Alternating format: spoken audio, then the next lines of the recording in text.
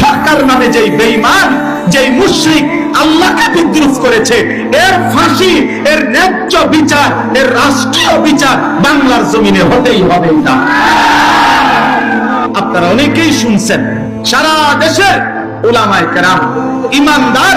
তাওহীদি জনতা, বিবেকবান প্রত্যেকটা মুসলমান একটি ঘটনায় খুব বেশি বেদনাহত হয়েছে। শোনেন মিয়া,